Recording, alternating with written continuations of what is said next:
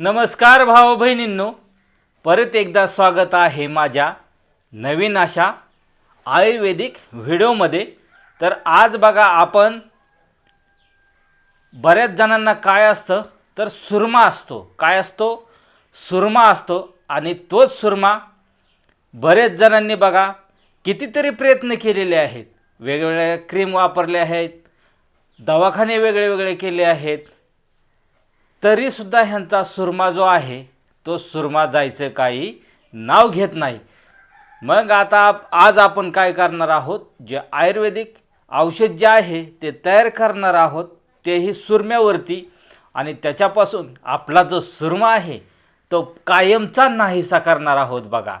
तर बघा ते कशापासून करणार आहोत, तर आपण इथं घेतलेला आहे लिंबाचा पाला आणि कोरफड, आणि ह्याच्यामध्ये आणखीन एक वस्तू आपण टाकणार आहोत, आणि त्याच्यापासून जो आहे आपला सुरमा, तो संपूर्ण सुरमा आपण घालवण्याचा म्हणजे घालवणारच आहोत, एकदम कायमचा नाहीसा करणार आहोत बघा। तर चला करूया आपण व्हिडिओला सुरुवात। आणि इथं आपण लिंबाचा पाला आणि कोरफड घेतलेले आहे।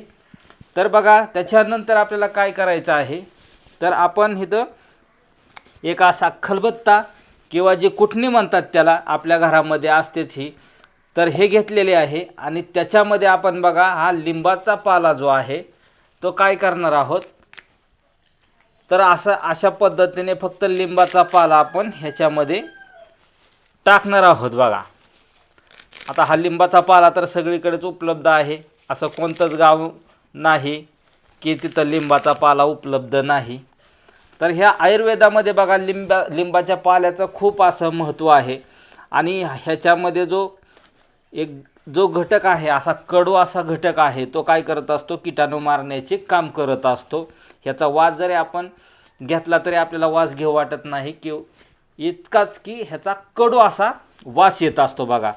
आणि प्रत्येक औषध जे असतं ते कडू जरी असेल तर कडू औषध काय होत असतं बघा, तर ते जास्त प्रभावी असतं, आणि गोड औषध जे असतं ते काय असतं बघा, तर ते आपल्याला घातक असतं। म्हणजे डॉक्टरचे औषधंसुद्धा तुम्ही पाहिले असतील बघा, की ती औषधं काय असतात, तर बरेचशी औषधं आपली कडू असतात, आणि कडू औषधच काय करत असतात की फायदा देत असतात। म्हणून आपल्याला काय करायचं आहे, तर हे कडुलिंबाची पानं आपण घेतलेले आहेत, आणि ही कडुलिंबाची पानं बघा आता आपल्याला काय करायचं आहे, तर ह्याच्यामध्ये आपल्याला ही कुटून घ्यायची आहे, आणि कुटत असताना बघा ह्याच्यामध्ये आता ह्याचा म्हणजे आपल्याला काय करायचं आहे, एक पेस्ट तयार करायची आहे।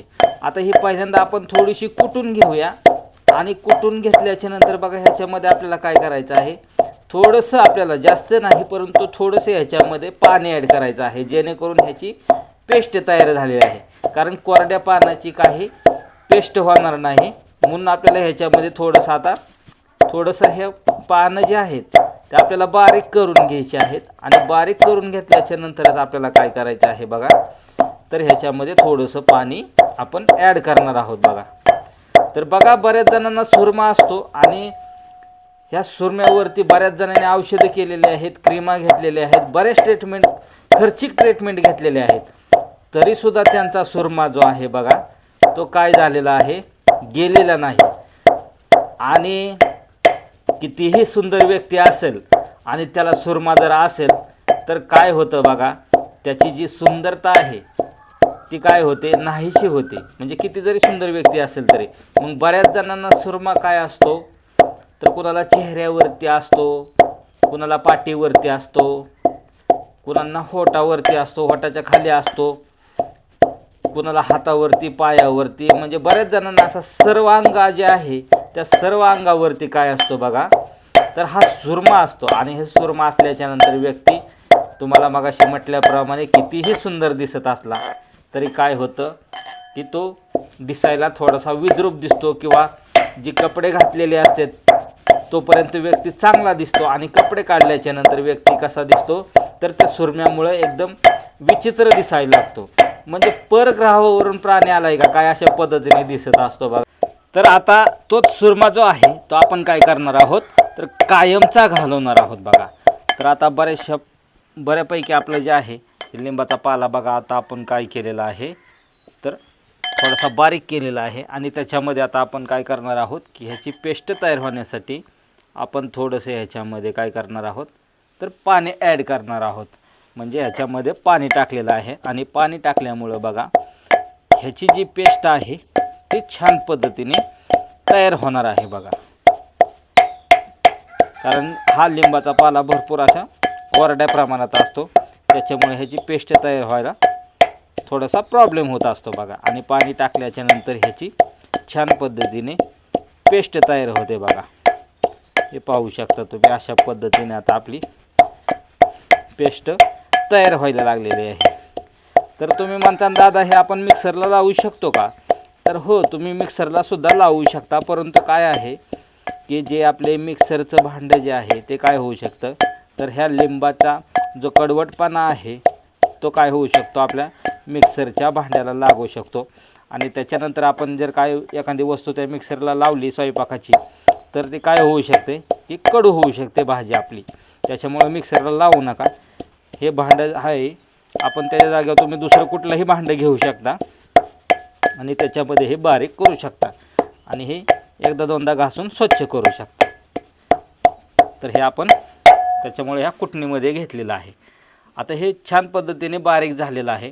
आता बारीक झाल्याच्या नंतर ह्याच्यामध्ये आपल्याला वस्तू टाकायची आहे आणि ती म्हणजे काय आहे तर हे ॲलोवेरा म्हणजे जी आपली कोरफड आहे ती काय करायची आहे तर ह्याच्यामध्ये आपल्याला कोरफड जे आहे ते सोलून घेऊन ह्याच्यामध्ये टाकायची आहे बघा.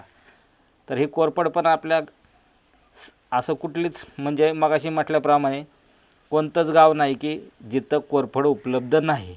भरपूर अशा ठिकाणी काय आहे तर कोरफडीची झाडं आहेत आणि ते कोरफडीची आपल्याला काय करायचं आहे ह्याच्यावरची जी साल आहे ती साल बघा काय करायची आहे छान पद्धतीने ही साल जी आहे ती काढून घ्यायची आहे बघा. हे पाहू शकता तुम्ही अशा पद्धतीने. आणि आता ही साल काढून झाल्याच्या नंतर आपल्याला काय करायचं आहे तर हा कोरफडीचा जो गर आहे हे पाहू शकता तुम्ही अशा पद्धतीने हा गर निघतो कोरफडीमध्ये. तो काय करायचा आहे तर ह्या कोरफडीमध्ये आपल्याला कोरफडीचा गर जो आहे तो लिंबाच्या पाल्यामध्ये आपण जो बारीक केलेला होता त्याच्यामध्ये काय करायचं आहे तर टाकून घ्यायचा आहे. आणि हा टाकून घेतल्याच्या नंतर परत एकदा आपल्याला काय करायचं आहे की हे दोन्ही मिश्रण जे आहे ते काय करायचं आहे बारीक करून घ्यायचं आहे बघा. हे दोन्ही पण म्हणजे ह्याचे दोन्ही पण मिक्स करून ह्याची छान पद्धतीने पेस्ट तयार झाली पाहिजेत. अशा पद्धतीने ह्या लिंबाच्या पाल्यामध्येच परत एकदा आपल्याला हे कोरफडीचा गर जो आहे तो मिक्स करून घ्यायचा आहे. आणि मिक्स करून झाल्याच्या नंतर ह्याला पूर्णपणे एक जीव जे आहे ते करून घ्यायचं आहे बघा. हे अशा पद्धतीनं आणि हे लगेच होतं, ह्याला काही उशीर लागत नाही काय नाही. तुम्ही म्हणता दादा ह्याला भरपूर असा उशीर लागतोय का तयार व्हायला, तर नाही लागत. हे लगेच तयार होत असतं आणि हे आता झालं आहे पण आपलं तयार. आता हे तयार झाल्याच्या नंतर आता बघा आपल्याला काय करायचं आहे ह्याच्यामध्ये तुम्हाला मी सांगितल्याप्रमाणे एक वस्तू ॲड करायची आहे आणि ती वस्तू म्हणजे काय आहे तर आपली घरातली टर्मरिक म्हणजेच हळद जी आपण स्वयंपाकाला वापरत असतो अशी जी हळद आहे ही बहुगुणी हळद जी आहे ते आपल्याला काय करायची आहे ह्याच्यामध्ये टाकायची आहे बघा. तर साधारणतः आपण बारका जो चमचा आहे आपला हा आपला घरातील रोजचा मोठा चमचा असतो आणि हा स्वयंपाकासाठी वापरण्याचा छोटा चमचा असतो बघा. आपण जिरे मोहरी हळद टाकण्यासाठी हा छोटा चमचा असतो, हे पाहू शकता तुम्ही. तर हा छोटा चमचा जे आहे ती एक चमचा आपण काय करायचे आहे हळद टाकायची आहे आणि ही छान पद्धतीने ह्यात खलबत्त्यात असे आहे तोपर्यंतच आपल्याला काय करायचे आहे छान पद्धतीने ह्याच्यामध्ये मिक्स करून घ्यायचे आहे बघा.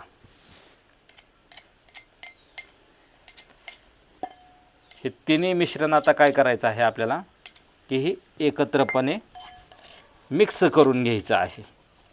हे पाहू शकता तुम्ही अशा पद्धतीनं.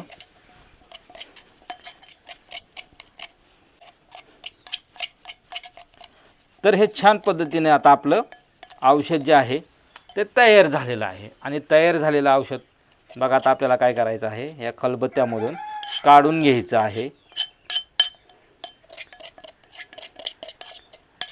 हे अशा पद्धतीने हे आपलं औषध तयार झालेलं आहे. आता तुम्हाला जर हे औषध तयार झालेलं कसं वापरायचं हे माहिती नाही, आता तुम्हाला काय करायचं आहे, मग हे औषध कशा पद्धतीने वापरायचं आहे, किती दिवस वापरायचं आहे.